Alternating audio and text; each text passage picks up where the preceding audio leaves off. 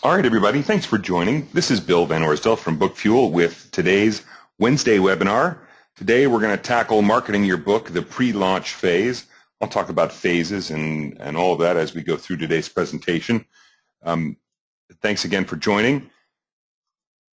Before we get started, I want to let everybody know that we're recording this for playback later. So in case you have to leave or you want to rewatch it later, sometime around midnight tonight, you should collect an email link with a playback link for the presentation, including all the slides and all of the audio. I am happy to send the slides to anyone who will send me an email. bill.venors@bookfuel.com. It's very easy to package these up as a PDF, and I think that today's presentation is going to have a lot of links in it that you may want to capture, and the easiest way to do it is in a slide rather than scribbling down notes as we go. Quick checklist. Let's check our assumptions. Today, I'm assuming that you're treating publishing as a business. And, you know, it's funny, I was reading a blog article today that was talking about how the second job of a publisher is no longer your day job. The second job of a self-published author is no longer your day job. It's actually your marketing. So welcome to the second job of being a self-published author, that is marketing your book. I'm also assuming that you know your target market very, very well. You've defined them. You know whether your target readers are also your target buyers. For some of you, they may be a different group, and you've defined that. You've written that out in a statement. My target readers are, and it's a very narrow, well-defined group of people. And not only have you done that, but you know where they go or where they are to be found, where they aggregate online and in the offline world. And I'm going to assume that your book is polished, it's edited, and it's nearly ready for publication. It might be text ready, maybe you're just working on the final layout or you're working on the book cover. But the reason, of course, I'm assuming it's ready, you'll see when we come up on some of these marketing ideas. A quick word from our sponsor, BookFuel. This is not a sales pitch. This is more of a how-to-do. I'm sorry, this is not a how-to-do. This is more of a here are the things that you should give your attention as a self-published author. We have this great product called BookFuel.com. It's really an online service. It's a web wizard. It's an assistant. It's a publishing assistant. I think you could get some traction if you check it out. Helping writers become successful authors is our #1 priority, hands down. I'm going to start with the same slide that I always wrap up with, which is the key points that we're going to talk about today. And the first one is that you should create an author-driven, phased marketing plan. I'll talk about those phases again and the importance of sort of only planning on doing the marketing that you will actually execute. I think that's a pretty good rule to live by. You also need to have some understanding of consumer behavior, consumer buying behavior. I've got 3 or 4 or 5 different models. We'll talk about them just very briefly. We don't have to be an expert in marketing to apply marketing principles to our work as self-published authors. And then I'm going to give you a whole bunch of ideas about how to drive awareness during your pre-launch, how to prepare for interest during your pre-launch, how to get yourself ready for trial and evaluation during your post-launch, and of course pre-launch, and same thing's true for getting ready for the purchase phase, even during the purchase step, even during your pre-launch phase. I've also got a list of a couple slides worth of marketing tools that I think are worth investigating, some websites and programs you need to learn about right now, and then I'll close with a final word on how important it is to measure the effects of your marketing to know whether what you're doing is actually creating value for you as a self-published author. So I break self-publishing marketing into 3 phases. There's that period before your book is available for sale, and maybe even leaking into a little bit after it's up for sale but doesn't have more than a dozen reviews. I call all of that your pre-launch. You don't really have something to sell, or you have it up for sale and you're not certain you want to drive people to that conversion page, but this is kind of the warm-up. These are all the things you need to know, do, get started. Some of the things we're going to talk about require advanced scheduling, and then you've actually got the launch. This is when you're getting out of the pack of the 1,500 books that are launched every single day in the United States, trying to get yours to capture a little bit of the attention of the market out there. You've got a dozen or more reviews already before you're going to try and launch your book and start driving conversion traffic to your sales pages. And then the final stage is your post-launch. So you're away from the line, you're out of the pack, your book is up for sale in all the places where your distribution strategy says it should be, and you're trying to steadily climb yourself up in the Amazon sales rank and in the rankings of the other stores that are out there, so you can get yourself into the top 50,000 authors. Again, as I said before, only plan on doing the marketing activities that you will execute.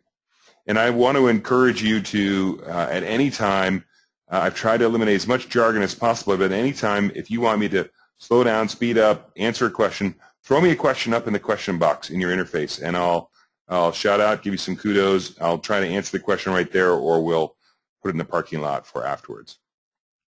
So I said before, there are a couple of different buying behavior models out there in the marketing world. Common one that you might see is number 4, awareness, interest, decision, action. Another pretty common one is number 2. Consumers discover they have a need. They're hungry. They search the icebox for food. They evaluate which of the things in the icebox they want to eat, and then they choose one. Or they go down to the corner store and pick one because there was nothing in the icebox. And then how do they feel about it post-purchase? So there are a couple. They all are roughly follow the same kind of process. So I'm going to stick with number 5. It's the one I like the most. It's basically awareness. How does my target market become aware of my book, that my book exists, and that it might solve a need they have now or will have in the future? Once they're aware my book exists, how do I get them interested? How do I set the hook to get them to even consider my book, to evaluate and maybe even give my book or a chapter of it, or look at the reviews that others have written about it, to give it a chance? So awareness, interest, and then we go into the evaluation/trial, and then into the purchase phase. Now, there's always repeat purchase, especially if you have more than one book out, or you have a book that people might give as gifts. So you could tack that one onto the end of this, but we're going to just focus on the number 5 model today. And so if you were to take those 3 phases, those 3 author phases, pre-launch, launch, and post-launch, and break it down into the 4 steps in the consumer buying behavior: awareness, interest, trial and evaluation, and then purchase, you'd see a 12-grid box like this. And a well thought out, a well organized marketing plan will have tactics that go into each one of these 12 blank boxes. So there might be 5 things I do for awareness in the pre-launch stage, then there might be 3 things, or there might be 11 things I do during the launch phase to increase awareness that my book is out there. There might be 4 more long-term things that I do during the post-launch phase, or some of those might be continuations of what I did during the launch phase for my book to continue to drive awareness. So I have a whole layer of awareness things that I'm going to do to drive people toward my website, to drive them toward my sales pages for Amazon. And then once they're there, I have another layer of things that I do to generate interest, to make sure that people, once I've gotten them to that page, that they don't bounce away, that they don't leave, that I set a hook. I tug on, usually, even for nonfiction books, I tug on their emotion, some kind of an emotion. And so, again, I would put tactics in the pre-launch phase bucket for interest, and then in the launch phase bucket, and the post-launch phase bucket. So you can see, even if you put just one thing in each of these 12 boxes, you're going to have 11 significant marketing activities, some of which might be free, some of which might be part of what you're already doing in the production phase, some of which might cost money. But you can already see that even if you have the most simple plan with one thing in each box, that's a dozen things that you're going to be doing to market your book. And by the way, there's probably, I've seen a couple of books on 1,001 things you can do to market your book. So, out there, the experts believe that there are probably realistically 200 things you can do to market a book. If you really want to expand it and go crazy, maybe say there's 1,000. And for your book, your individual book with your individual target market and your individual goals as a writer, out of those 200 things, maybe 100 of them would apply. And maybe your budget is capable for paying for only 20 of them. How do you pick the right 20 and put in these boxes? That's beyond the scope of what we're going to talk about today, but it's something you need to think about as an author. How do I whittle down all the tools that are available to me and concentrate on just the ones that are going to get me results that I can measure?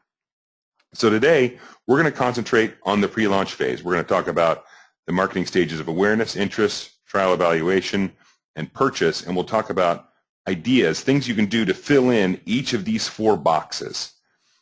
You may not want to do all 6 or 7 things in each of the boxes that I'm about to lay out. Again, only pick the marketing things that you want to do, but understand that this is the setup phase. This is where you're laying the marketing groundwork for the launch of your book. So you're getting ready for the launch phase. So let's talk about each one of these 7 ideas about how to generate awareness during your pre-launch. So remember, pre-launch, your book may not be finished, right? Hopefully your editing is done and your book is text perfect, but you may not have a cover done yet.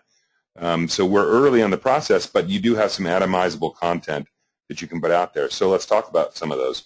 So everyone on the call is going to do a book cover or has already done a book cover. And if you did the book cover, or while you're doing the book cover, it's you can make a game or run a poll or run a contest out of your book cover selection. Most book cover artists or services will give you back, or if you're going to create it yourself, you'll probably create 3, 4, 5, maybe even 6 different directions for your book cover. And each one of them will be sort of a rough example or a composite of what it could look like. You can take those 6, throw them up in a poll service, and ask your future or current fans or current users of your service, if you've got a nonfiction prescriptive book, to vote on which of these covers is most compelling. Which of these covers makes me want to run out and buy this book? That's an easy way to generate awareness that you have a book coming and that it will be out soon if you're asking people to help you with your book cover selection. And of course, anytime you engage your fan base, make sure, of course, that you're humble, thankful, and that you actually listen to their feedback. So that's pretty important. The number one thing, I know I have it on here as number 2, but the number one thing that I tell all authors, especially nonfiction authors, is that you need to be building a permission-based email list. And you could be building this with free giveaways on your author anchor site, your author blog, on your Facebook page. You need to be creating a list of people who said to you, yes, you have my permission to email me when your book comes out, or when you have something exciting to tell me about your book, or when you want me to vote on your book cover, for example. So building that permission-based email list, pre-launch, during launch, post-launch, this is certainly one of those things that lasts throughout all of the stages of your marketing, all the phases of your marketing. It's absolute gold for any self-published author. If you haven't looked into Wattpad, or it has a smaller competitor out there called Figment.com, and you've got a fiction book, doing chapter releases on Wattpad, especially if you have a YA book or young adult fiction book, this is a great way to gain a following and to get some feedback about your writing and about your story and about how things are progressing. So if you haven't looked at Wattpad already, you should take a look at it. Set up an account. And just like all these services, and I'll start with Wattpad, I know that none of you out there would say to yourselves, well, I plan on creating an ebook of my book, even though I've never read one. And I don't know what an ebook looks like. I've never thumbed my way through one. I know that everybody out there who says they're going to create an ebook out of their book has actually created an ebook. Well, Wattpad and many of the services I'm going to mention next, like Goodreads and so forth, they're all the same. You want to go out there and you want to make an account on Wattpad, and maybe the first thing you do is not uploading a chapter in your book, but actually go out there and look and see what other authors are doing, and by the way, what other successful authors seem to be doing. That is, authors who have the greatest following on Wattpad. But consider using Wattpad or Figment as a method of generating some awareness before your book's even done. There are plenty of people that post on Wattpad before they've even, with their rough drafts of their chapters, and they get feedback about their story arc and their character arc and their plot choices, and they let that feedback inform their writing of the rest of the book. So that's a very valuable way to generate some awareness during your pre-launch. Also, you need to start posting comments to review blogs in your genre and community blogs in your target market. So I'm sure when you were doing the research to define your target market, you found that there are a half a dozen or a dozen or 2 dozen or 3 or 1 review blog out there that reviews books specifically in your genre. So it reviews romance books or science fiction books or books on weight loss or books on business success or memoirs. And you found this blog or these blogs or you found this community of professionals who all contribute to this same nonfiction space that you're writing in. So what I'm advising you to do here is go out and join those communities. Start participating, and by the way, when you join them, I'd say two things. First of all, you want to have an avatar or a posting name that references you as a real person. So Huggy Bear 256 is not a great username when you're posting on books about how to succeed in business, right? So think critically about what you do. Whenever I post, I always use either B. Van Orsdel or Bill.Van or Bill Van Orsdel all run together, because I intend to say nice, supportive, helpful things, and I want the people that run those blogs, that run those community blogs and run those review blogs to remember who I am. Because later, when I'm in my launch phase or my post-launch phase, and I come back with my book and I ask them if they would be kind enough to review it, they're going to remember that I've been in this community already for 6 months to a year, that I've been contributing, I've been saying nice things about other authors and about what the blog is doing. And so it's not like I join the community and the very first thing I say is, I've got a new book out, buy my book. JJ's got a question, says, is there a resource for finding the correct review blogs? And in this case, JJ says she's got one about mind, body, and spirit. So I know this is going to sound crazy, JJ, but there is a great resource, and it's just the clever way of doing searches in Google. So you're going to go in Google, and you're going to look up review blog, pick the name of your genre. So part of the research that you're doing when you go produce your book is to go pick what genre the 4 genres that your book is going to appear in the Amazon store. Go Google review blogs genre name to go find the right genres. And you don't have to sort of start participating in every one you find immediately. It's okay to lurk a little and read some back articles and see, is this reviewer friendly to your genre or not friendly to your genre before you begin participating. There's also another source out there. I'll take an action item to find it and hopefully add it to this presentation before it goes out, JJ. There is a specific blog ranking service out there. I can't remember the name of it. Someone in the audience might know, but yeah, there is also a service out there that for many of the mainstream commercial genres that sort of says, all right, here's a list of all the great genres in all the great blogs in your genre.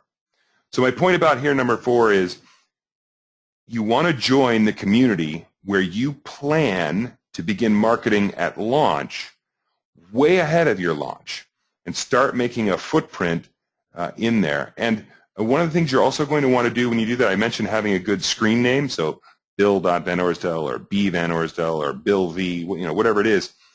You're also going to want a professional sounding email.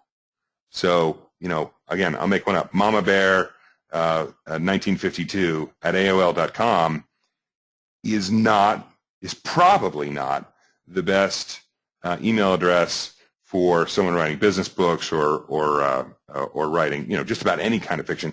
You want to go get a professional sounding email. There are a number of places to do it. If you have to do Gmail, that's okay. That's acceptable. But my guess is that when you created your author anchor website, which you should probably have already done before you finished your book, your hosting provider probably gave you the chance to have an email that you could put any name in front of @mywebsite.com, and you should do that. And again, that name should be your professional name as an author. If it has to be your pen name, then it has to be your pen name. That's fine as well. Similarly, when I talked about finding the communities where there are review blogs and community blogs, go join Goodreads. Start participating in Goodreads as a reader now. Goodreads has got a little bit of a mixed reputation for authors. There was, and there may still be, a community in Goodreads that is abusive to authors and that isn't well checked by the moderators in Goodreads. So you have to be very careful and understand sort of the rules of Goodreads. But if you join now and begin understanding, what are the good groups to join, how do authors successfully navigate their way around Goodreads, it can be a good resource for you. And it's almost certain that you're going to want to set up an author page on Goodreads the same way you set one up on Amazon. And so you need to understand how to construct that in a way that is going to be received well by the millions of users at Goodreads. During your pre-launch, you're also providing advanced review copies out to the potential suppliers of blurbs or reviews. So in your close personal network, you've got colleagues in the nonfiction world who practice in your space, or who have also written books in your space, and you'd like them to write your book and kindly bless you with a nice blurb. So you're going to package up an advanced reader copy, which is usually a PDF. You probably don't even have to have the cover if you don't want it. And you send that out, and you're asking for blurbs and reviews, so that when you get to the launch phase, you can add those blurbs and those reviews as appropriate, either on the front of your book, the back of your book, or the bottom of your long or short book description. Similarly, during this awareness phase, you're going to want to start to investigate BookBub and Free Booksy and Bargain Booksy. There are a number of similar paid and free services. Some are very genre focused, some are very broad, but with the ability to deliver genre targeted messages. So you want to go look at bookbub.com and find sites like it and understand what would it cost to get on BookBub, assuming they would accept my book, and what are their minimum requirements. BookBub actually they're the most successful service out there, and in fact, you should subscribe to BookBub today. It's free, and you go to BookBub and you tell it what genre you're interested in, and at the very least, you're going to tell it that you're interested in the genre that you write in, because you want to start receiving their daily emails. Even if you only take 5 seconds a day, look at the email, look at the books they're promoting, and look at the descriptions. It'll give you a good idea of how to use or how to prepare yourself to use this very valuable service when you get to your launch phase. Okay, any questions about awareness activities during pre-launch? These are some very basic ones. Do you have to do all of these? I'd say you probably want to do most of them. They're free. Let's see, all of these. Maybe providing ARCs might take a little bit of money to get someone to put together a book for you, but these are all free activities that you can do to get yourself prepared for some pretty strong awareness activities during your launch and post-launch phase. So let's talk about interest. Now remember, interest is setting the hook, finding the emotion and hitting that chord with your potential reader or your potential buyer. And there are a number of things you can do here. The first thing I would do is you need to inventory your social media presence. Where are you? Where are you not? And is there a reason for that? And I'm not talking only about your social media presence in the social media that you own. So, technically, if you will, you own your Facebook page, your LinkedIn profile, you own your Twitter handle, you own your, right?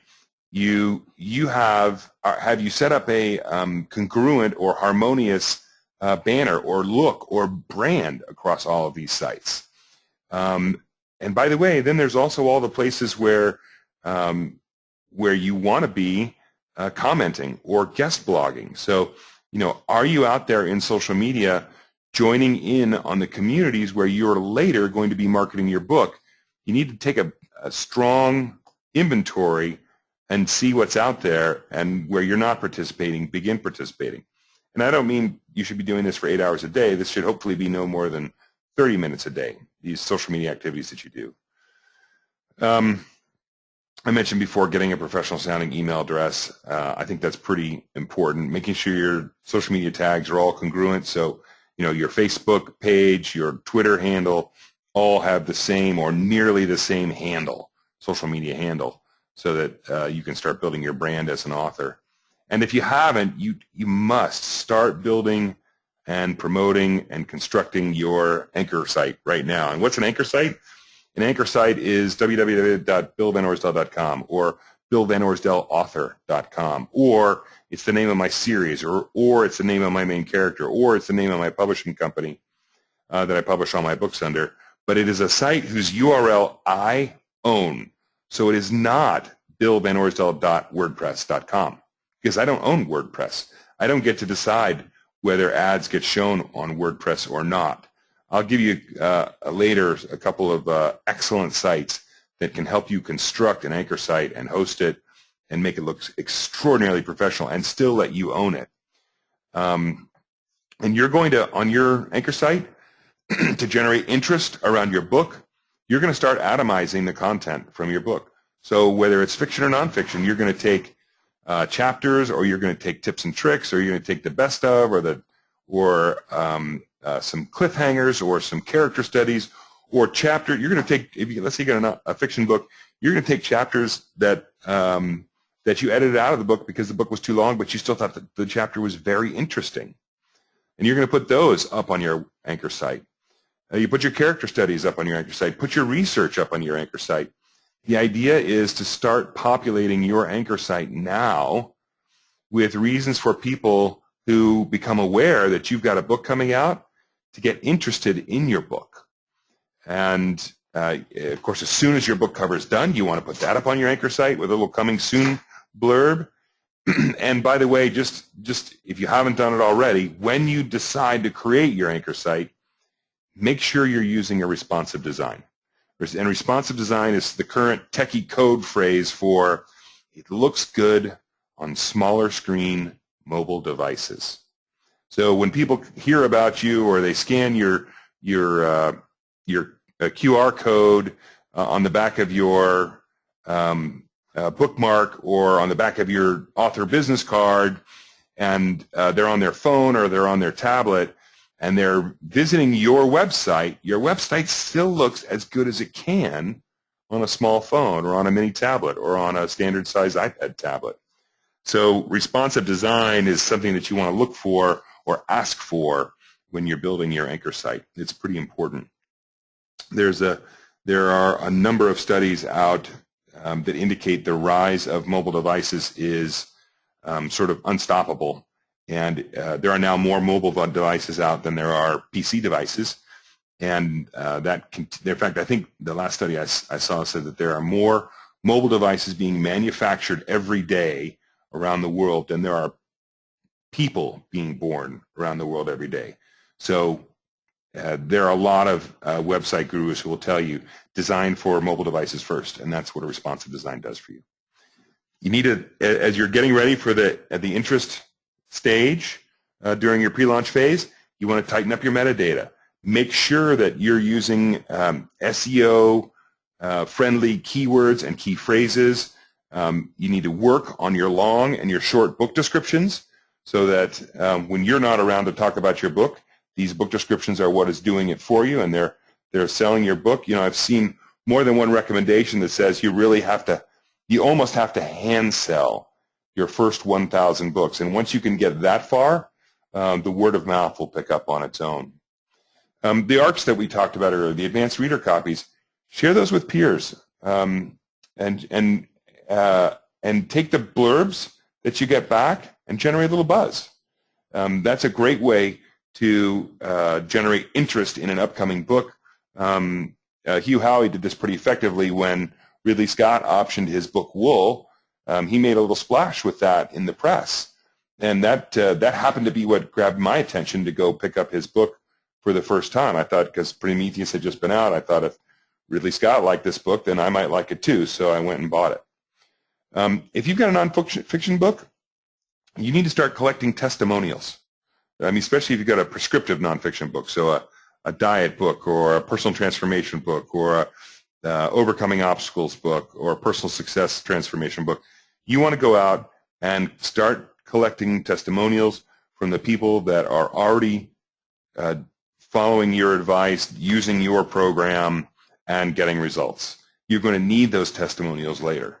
And then another thing you can do to build interest during your pre-launch is build a Pinterest board with images from your book research. So, you know, maybe you, as a writer, when you're creating your book, you have different images of what your protagonists and your antagonists and your supporting characters look like, or what the scenes look like, or what the world looks like.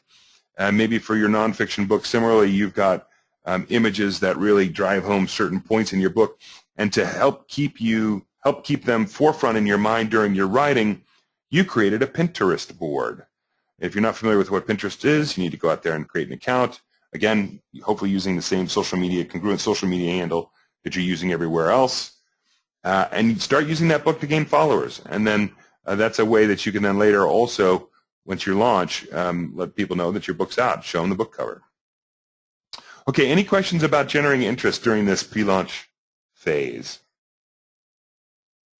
It's pretty quiet. Is there anybody still out there? Somebody just throw me a question so I feel like I still have the audio on. I appreciate it. All right, let's move on.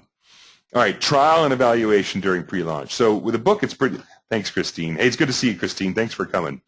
So trial and evaluation during pre-launch. So, you know, think about the way you typically used to buy books. Say 10 years ago, you'd walk into a bookstore, you'd go to the rack, you'd pick one up, you'd read the first few pages, you'd flip it over, you'd look at the back cover. These are the kinds of things that we need to prepare for when we're in the pre-launch phase, preparing for the trial and evaluation stage. So the first thing I tell all the authors I work with is you need a list of about 400 potential reviewers. And so maybe 50, maybe on the outside 80 of those reviewers, if this is your first book, might be friends and family, some of whom like your genre or your subject area, some of whom have a need or have an interest in your nonfiction book or not. But what you really want is you want the hardcore Amazon reviewers out there. You want to create a list of 400 potential reviewers and expect, just to make sure you understand, expect that only about 10% of those reviewers will actually write a review, maybe even just 5%. So out of these 400 names, you may get 20 reviews. So you need to assemble this list. You need to complete your availability research, and that's simply you've got to email them and ask them, are they still accepting books for review? Do they still accept books in your genre? Are they still accepting books from self-published authors? And then you've got an ask email, right? It's the humble, thank you very much for even considering reviewing my book. I would be more than pleased to send you a copy if you think you might have time to review it. Please tell me your preferred format, and I'll get it out the door right away. And as you get close to having that review copy available, either in a print-on-demand setup or in a good ebook, that's when you launch that email campaign. And you send out those 400 emails or fill out those boxes on all of those book review blogs and get your reviewers working for you so that the reviews can begin pouring into your Amazon and into other sites. You want to also package up a book sample. So it might be your first act. It might be the inciting incident. It might be your first chapter. It might be the first 20% of your book. Put together a book sample that someone doesn't have to stay on your website to consume. And JJ's got a question. It says, can't you just send them your ebook in the query email to reviewer? JJ, you can, but that does make the assumption that they want to read it as an ebook, and they may actually want to read your book as a print book, which there'll be some cost to that, to you, right? Because your review copies are always going to be free. That's just what professional publishers do. You can, of course, just attach it to the query, but I would recommend that you don't, because even if all they have to do is reply one word back to your query email and say yes, then yes, dash Mobi, yes, dash EPUB, yes, dash PDF, yes, dash print, here's my mailing address. What you've then gotten them to do, JJ, is to signal an investment, that they've actually invested some time in requesting your book. Now, that still doesn't mean there was just a great article about this as well, though. You haven't set up a contract with your reviewers by sending them a review copy. Even if it costs you money, reviewers, things happen, and their plate gets full, and you may send out of the 400 potential reviewers, you may send out 100 copies and still only get 20 reviews. And don't feel like those 80 other people have cheated you. It's just the way the industry works, because for so long, traditional publishers, every time they launch a book, they'll send out 1,000 free copies to book reviewers everywhere. And any book reviewer will tell you, yeah, we used to get 2 boxes every single day of books unsolicited that reviewers were asking us to review in our newspaper or in our periodical publication. And so by asking them to ping you back with a yes or an address, you're actually getting a little bit of investment, which I think is a good practice. Start to understand how giveaway campaigns work on Goodreads. You're not ready to launch one, or you may not be ready to launch one yet, but a giveaway campaign is a good way to start generating some interest on Goodreads, and it's a pretty well-accepted way to do it. Goodreads has a couple of tools designed for authors, and that's probably the best one that they've got. If you've got a nonfiction book, and even if you've got a fiction book, you want to start to build out your media or your press kit to post on your anchor site. And so that's going to have your book launch press release. It's going to have a couple of different headshots of you. It's what the media will use if they want to promote your book without ever having to contact you and find you. It's stuff that you wouldn't feel bad if it got out there. Also, consider doing a little research and find another, it could be self-published author, it could be traditional published author, but self-published is probably the best one. Find another author in your genre and suggest a chapter swap. So at the end of your book, make sure it's a book, make sure the author has written a book that you liked and that you would feel okay promoting, and suggest to that author, hey, how about if I put the first couple of chapters of the first chapter of your book at the end of my book as a method for promoting it every time I sell one of my books, and you do the same. You put my hard-hitting, fantastic first chapter that really grabs the readers by the seat of their pants at the end of your book with, of course, a link on how to find my book online and buy it. It's a great way to sort of capitalize on the marketing work that other people are doing, really at very little cost to you. Also, I want you to consider a professional copywriter review of your book descriptions, or even your editor. I mean, Christine would probably agree with this. In fact, I think I saw her write an article about this a couple of days ago, or maybe a couple weeks ago. You know, copywriting is not something that as authors, we're typically adept at, and that's okay. We write books. We don't write advertising copy, but your book description is advertising copy, and it needs to be sharp. It needs to set an emotional hook, whether it's fiction or nonfiction, and it would be great to have a professional look at that and help you craft a very compelling long and short book description. Okay, purchase. You said, Bill, that my book's not available for purchase yet. How could you possibly do anything during the pre-launch phase to set up for purchase? Well, there's actually quite a bit you need to do to get yourself ready for the purchase phase. So you need to find out if in your state, if it's possible to join the Amazon affiliate program. And if it is, you probably want to join the affiliate program, and so that you'll be able to later secure some affiliate tag book links. That means that if you're going to promote your own book from your website and send traffic to Amazon, so you've spent your marketing time, energy, and dollars driving traffic to your website, and you've decided, because it's a valid choice, not to sell your book directly to the people that visit your website, but instead send them off to their favorite ecosystem retailer, so it's Amazon, Barnes & Noble, Apple, so on and so forth. At least get the affiliate fee from Amazon for that link that you send out to them. Also, Amazon has the ability to show you how to put a book widget on your anchor site. There are some other services out there as well that can help you do a book widget for your anchor site, but a book widget can look really good if done properly in the sidebar of your anchor site. Also, you want to give some real thought here to your optimal channel/distribution strategy. There's a lot to be learned about the KDP Select program. There are a lot of opinions out there about whether the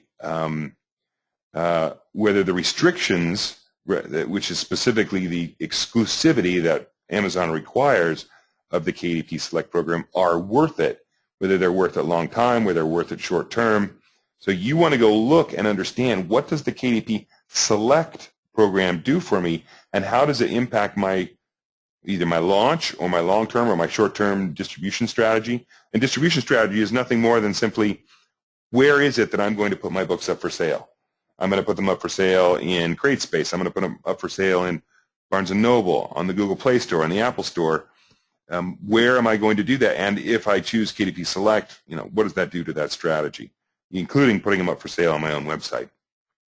Also, you may want to think about, especially if this isn't your first book, right? If this is your second or third book, or especially your second or third book in a series, you may want to look at the Smashwords pre-order functionality and see if that fits your channel and distribution strategy. Pre-orders aren't available to self-published authors at the Amazon store.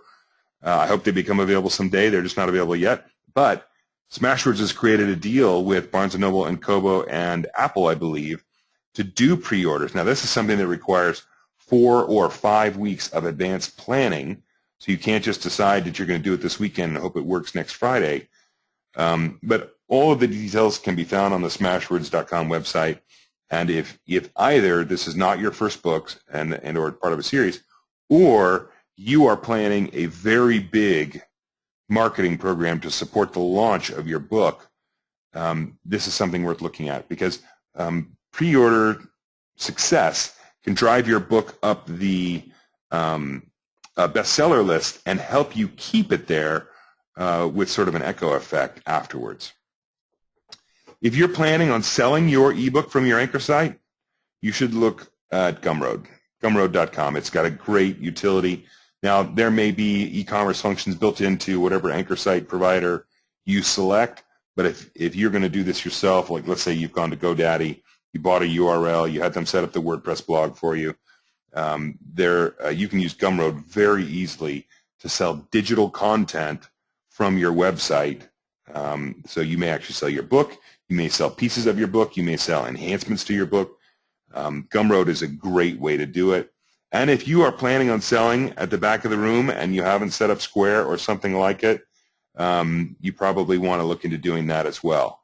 So especially if you've got a nonfiction book, or if you plan to do a lot of speaking engagements, even with your fiction book, where you're going to try and sell at the back of the room, find a mobile payments accepting tool like Square.com and give them a try. Okay, so I've talked about a bunch of tools in those 4 pages of ideas. I'm going to add some more to them. We talked about the Amazon Affiliates Program and how valuable that can be. I'm also going to recommend the WordPress blog software on your site. Don't go set up a blog at yourname.wordpress.org or com or whatever, because, again, you want to own and control your own site.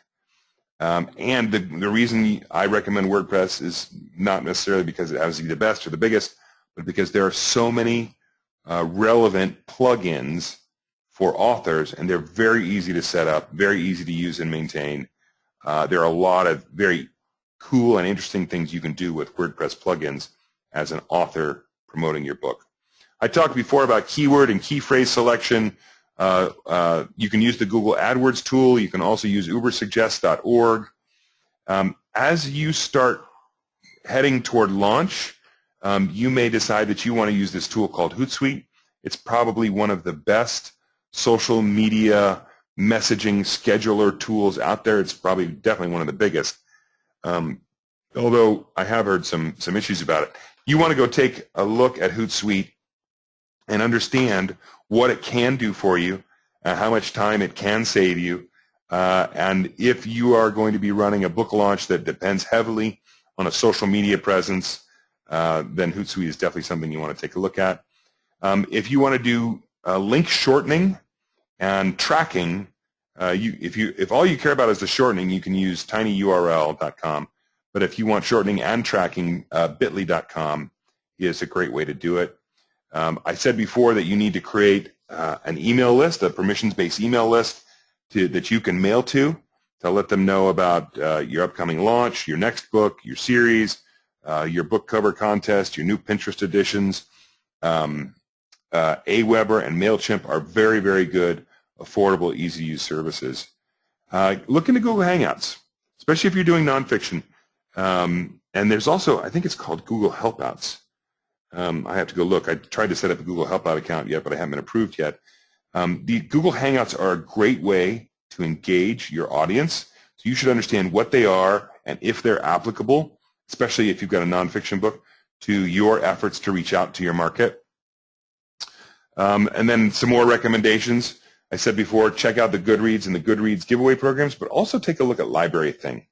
Library Thing was sort of the Goodreads that I think it actually came before Goodreads, but it didn't. It was more of a part-time endeavor for its founder and didn't take off the way Goodreads did.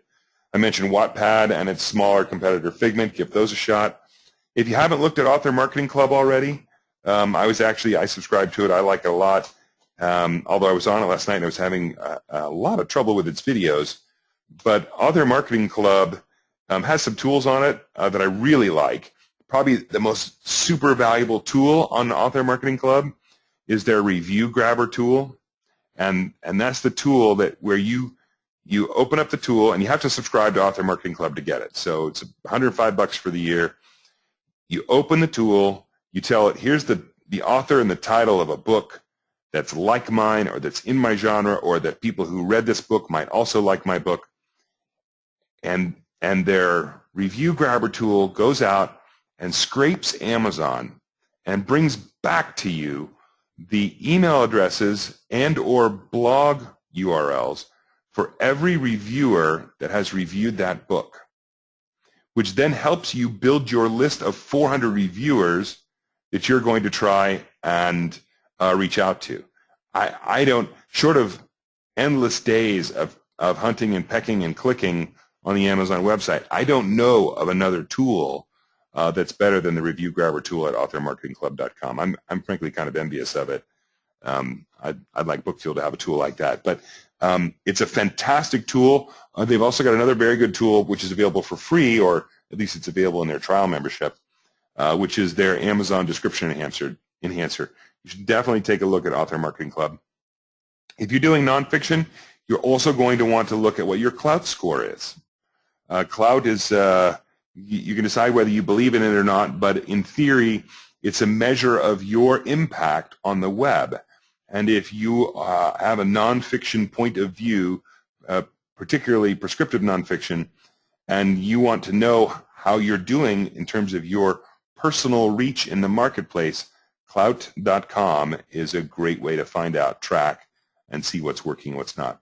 I mentioned before about author anchor sites. If you don't have one already that you control, that you own, Section 101 and Squarespace.com are two pretty good services. I think you've got to you want to carefully examine their FAQs and all of the stuff that comes with their services, but they're very comprehensive. Of course, when you go look at them, make sure that you can always take your stuff with you, or that they can build it on your unique URL. You don't have to use one of theirs. But take a look at those two services. I especially like the folks at Section 101. I think that they're really out to help authors, artists, musicians, and it shows in the design of their websites. I talked about BookBub. If nothing else, go look at BookBub so you can understand what their minimum requirements are to be listed. I would guarantee you as a self-published author, especially if you're doing what they call commercial fiction or genre fiction, that you are going to want to take a run at a BookBub listing, and you need to understand how that works and what that costs. I talked earlier about Gumroad and Square. Those are for online and offline sales, payment collection, respectively. There's also another service out there that looks pretty decent. It's called mybooktable.com. I don't have any authors that have used that one yet, but it does look like it's got some potential. One of the things you also want to investigate is Google authorship.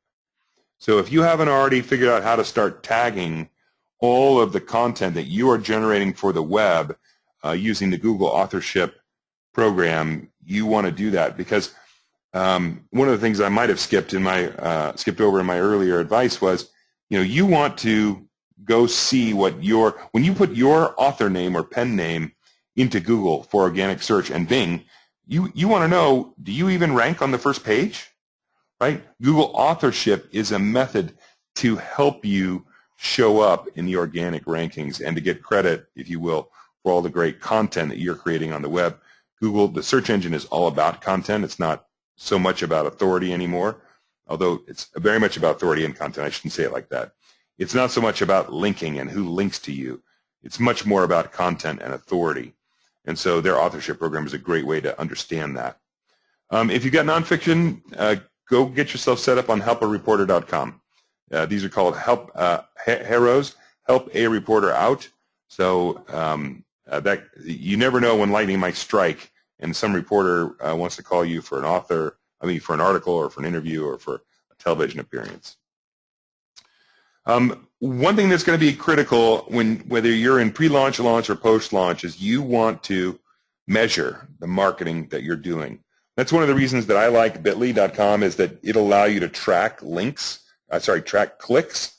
So every time someone uses one of your Bitly links, you can see how many times it works. So, for example, if you do a guest blog post and you want to put a shortened link to your back to your book, using Bitly can tell you, okay, well, that guest blog post got me 0 clicks, but this guest blog post got me 100 clicks. So I either want to keep writing about that topic or keep writing on that blog. Check your Facebook likes. Almost every author is going to create a Facebook page for their book, rather than their personal. They're going to create a corporate one, and track your Facebook likes on a daily basis. If you're going to invest in Wattpad or Figment, track your followers. Know what's happening in terms of your increased footprint on Wattpad. And of course, as long as we're talking about tracking your follows, find out what's going on in your blog, on Twitter, on Pinterest, on Facebook, LinkedIn, Google+, and email subscriptions, right? So you're collecting on your anchor site email names from people that want to hear about your next book. How many of those are you getting every day? How many are you getting every week? How many visits are you getting to your blog? Set up Google Analytics on your anchor website so that you can track what is working. What articles are getting the most clicks? What is generating the most traffic? Where are you getting bounces? Google Analytics is it's a little techy, but once you get the hang of it, the reports can be very, very valuable when you're trying to make sure that the content you place on your anchor site is getting the traction with your engagement with your audience that you intend. I mentioned a few minutes ago about using Google and Bing organic search on your author name or your pen name. You also ought to go in and set up some Google alerts. So just Google them, Google Alerts. Set a Google alert for your title, for your author name, pen name, maybe even for if it's unique, for your protagonist and antagonist names, and see how they're showing up. It'll give you a good sense of what kind of impact your marketing is making in the market, but it may also uncover for you some opportunities, some creative marketing opportunities you didn't think about before. So if you're, or even if you got a nonfiction book, set a Google alert for your subject area or topic area. You may have to fine-tune your alert a little bit so that you're not getting overwhelmed with Google alerts, but this is a daily or weekly report that will tell you what is the web doing out there with your name or your book title or your subject area or your character's name. And it can provide you, as I said, not only a measure of how well you might be doing, but also might tell you or alert you to marketing opportunities that you serendipitously hadn't thought of before. Trackyourcloud.com score. Once you go to cloud, you'll get a sense of what I mean there. So, final recommendations. We're back where we started. And I hope that I haven't made this too confusing, this concept of a phased marketing plan. We'll just go back to that grid real quick. Here we are. We just talked through a bunch of ideas for your setup, for your pre-launch phase in each of these 4 marketing stages. You can pick whichever behavior model you want to track. These are just the way I like to aggregate them into these 4 stages. But all we've talked about so far is pre-launch. 2 weeks from today, we'll talk about the launch phase. There'll be a lot more tips and tricks and things to do in the launch phase and the post-launch phase. I'm almost reluctant to talk about marketing because every book is different. Every target audience is different. Every book is a different quality. Every author's goals are different. And it's very hard to give blanket advice to everyone that everyone should follow. As you look through these tips, maybe you picked out 2 or 3 per page that you want to do and the rest you'll ignore. That's perfectly fine. We talked about a whole bunch of different ideas. I'll be happy to send these slides out to anyone that wants them. There were a bunch of tools as well. But finally, at the end, I would say, don't add a marketing program to your plan unless you will actually do it. And then when you do it, measure what happens. We've got a few minutes for questions. If anybody wants to throw up a question for me in the question box, I'll be happy to take it. Otherwise, we'll end a few minutes early.